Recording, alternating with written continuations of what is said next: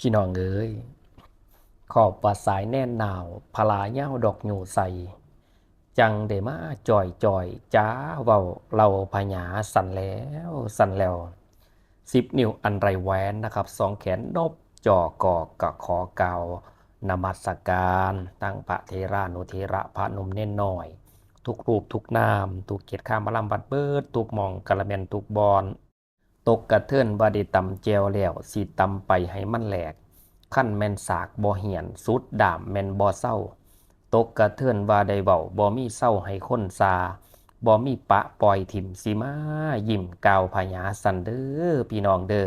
ครับก็กราบสวัสดีคุณพ่อคุณแม่ย่าเอื้อยย่าอ้ายน้องลุงป้านาอาพี่น้องนะครับทางสปปลาว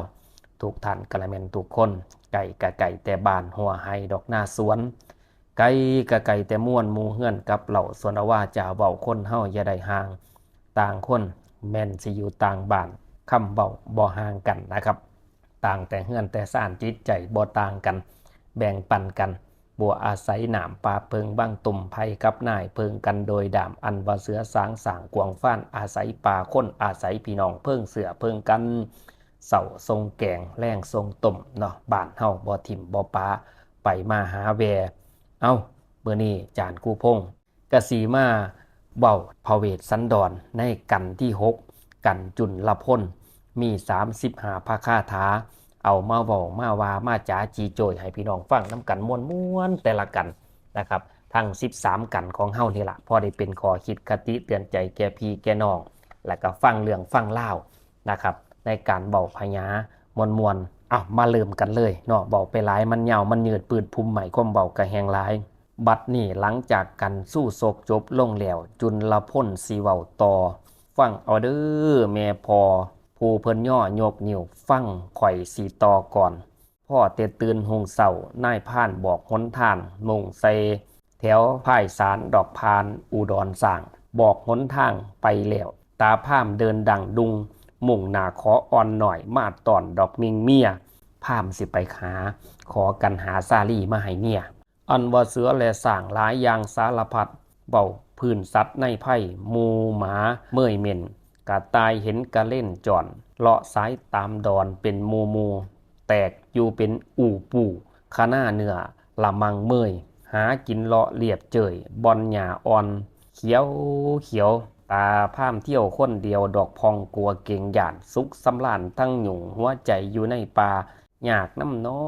อยากน้ำหน่อยนาดหลาเมียใส่ศาสตร์กูได้นินเสียนนกอีจูนกเข่าอ่านอลซ่อนกาเว้าว่อนไปเปื่อยเมื่อยมโนคนิ่งนองไก่เด้น้อ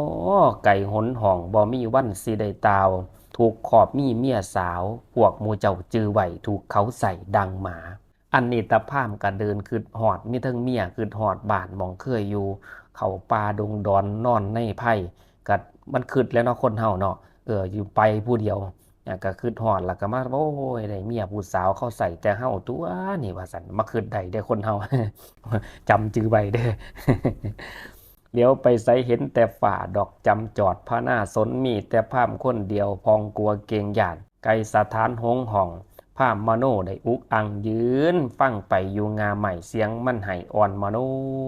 อันนี้พามก็คือและกลัวเก่งย่านก็ให้เขาป่าเนาะอันพวกเฮาย่างเขาป่าผู้มีหมู่ก็ยังพอไข่เด้อันนี้บ่มีเราไปผู้เดียวก็ตะลิตนเราอยู่ดอกปองนี้ก็ได้คั่นสิเว้าพื้นใหม่มีม่วงพ่วงพะยอมหอมเด้น้อลมพัดกินละอองละเฮ้ยเอาหอมเด้น้อขัดเข้าสะเลเตติงตังดอกสะมังกล้วยอ้อยหอมละหอยซืนส่วงโหกมันกวางต่อกวางสารพัดแนวสิดูประดุดอินแปงประดับประดาดีไว้ เดี๋ยวเห็นพวงมาไล่หอยดอกเป็นย่อย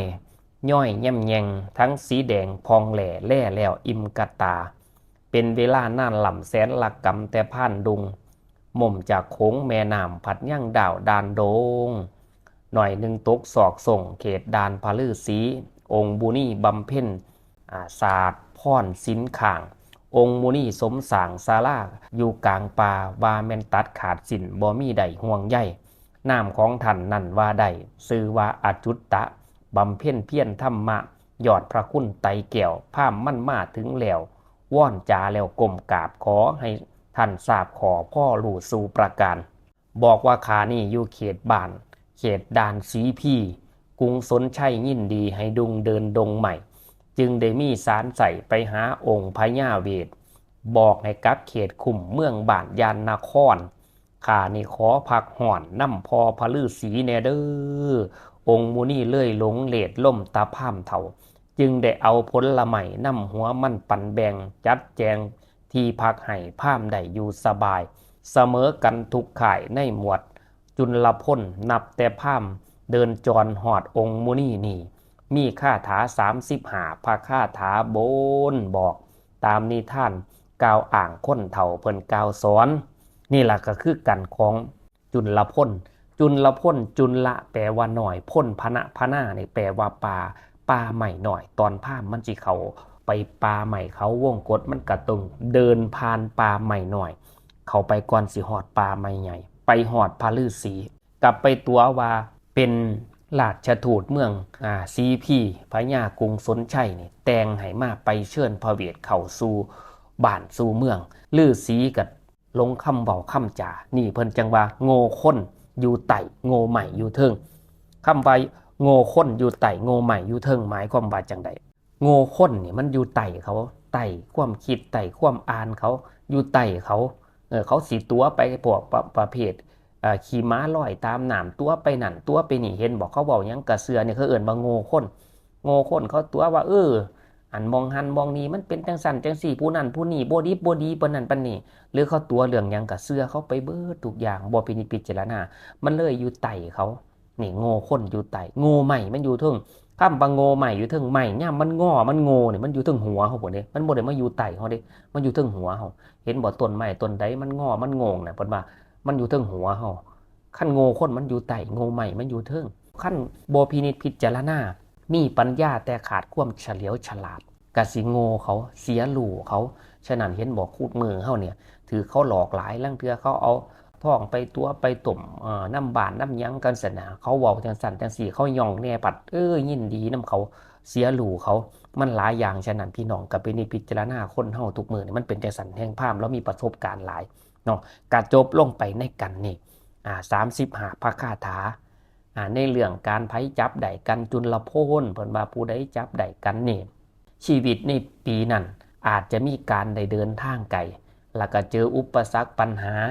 นะครับและต่อไปในภายภาคหน้าก็สิดีขึ้นการเงินก็สิก้าวหน้าการค้าก็สิก้าวไกลธุรกิจก็สิดีขึ้นประสบความสำเร็จในชีวิตแต่ต้นปีนี้อาจสิยากสิยุ่งในการเหตุการทำธุรกิจหรือว่าการเหตุงานหลายอย่างการปรับตนปรับตัวคือกันกับพามเดินเข้าในป่าใหม่พระในสน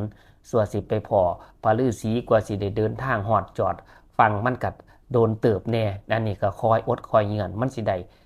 ตอนนื่นตอนค่ำเด้อพี่น้องเด้อเพิ่นมาอุปสรรคและปัญหาเป็นที่มาแห่งความสำเร็จกะจบลงไปในกันของจุลพล35พระคาถาเดี๋ยวมือใหม่ก็จังมาฟังมหาพลเป่าแต่ละกอกแต่ละกันให้พี่น้องฟังไปน้ำกันม่วนๆผู้ใดลูกหลานเถื่อบ่ได้ไปฟังเทศฟังธรรมในบ้านเฮาบ่ได้กลับบ้านอยู่เขตด่านปลายแดนกรุงเทพกรุงไทยหรือต่างประเทศก็มาเปิดฟังกันจุลพลของพ่อใหญ่จานคู่พงคนพญาเพิ่นนี่เนาะ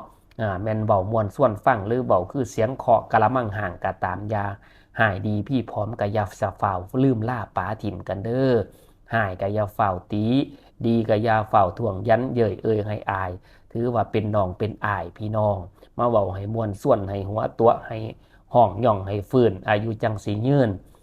ขั้นเบาพิษเบาผาดก็ขออภัยมานี่สินสมุทรสุดสาครมานิ่นมั่งก่อนกะละเม็นยางหองสันตัว เอา